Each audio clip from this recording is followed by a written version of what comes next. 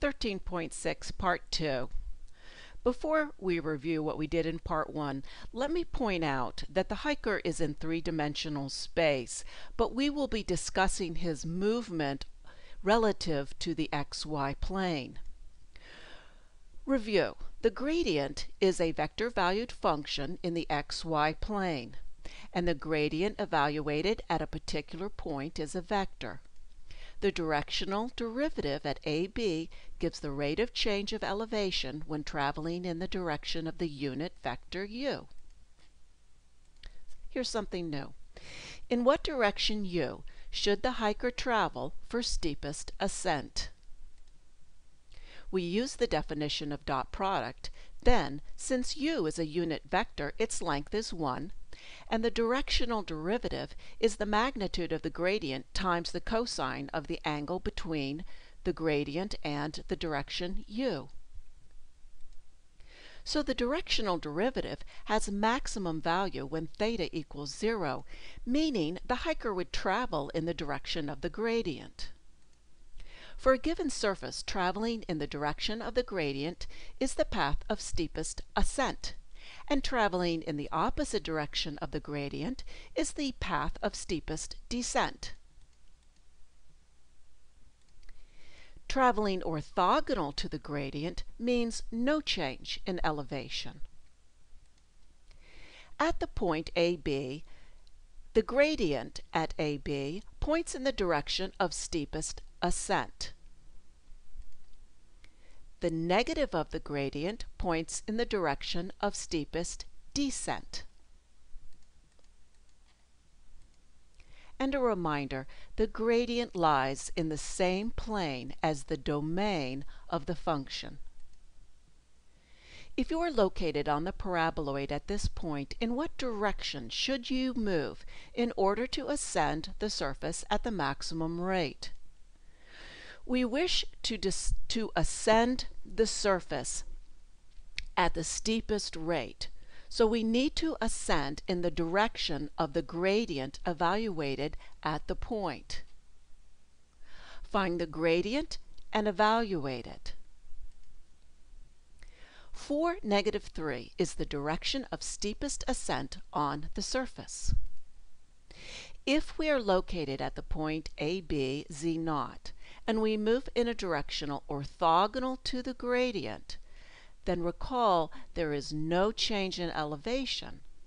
That means that we are staying at the same elevation of z0, even though in the xy plane we move away from the point AB. Another way of saying this is the gradient at AB is orthogonal to the level curve at AB. Let's do an example of a path of steepest descent. Place a small ball on the inside of the surface of the bowl-shaped paraboloid at this point. Find the path in the xy plane that points in the direction of steepest descent on the surface. The ball is released at this point on the paraboloid, and y of x is the projection of its path in the xy plane. So in the xy plane, we have a path that is given by y of x. The slope of this path at all points corresponds to the direction of steepest descent, which we now know to be the negative of the gradient. Putting these two pieces of information together, dy dx must equal f partial y divided by f partial x. So to find y, we need to solve this differential equation. It is not necessary to make this assumption because we can prove it using slope fields, but in order to make the problem straightforward, I'm going to assume that x and y are non-negative. So we are solving this initial condition differential equation. Set up our integrals, solve, use our log property and the fact that logs are 1 to 1, and then we use our initial condition. And we now need to solve for k. Plug that back into what we had. And this is the projection of the path of steepest descent.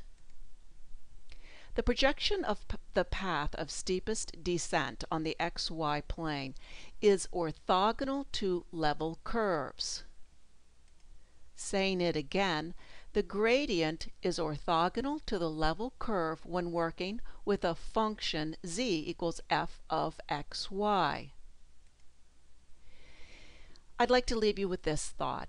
In the same way, if you're working with a function in four-dimensional space, w equals f of x, y, z, then recall instead of having level curves, you have level surfaces. And the gradient is going to be orthogonal to the level surface.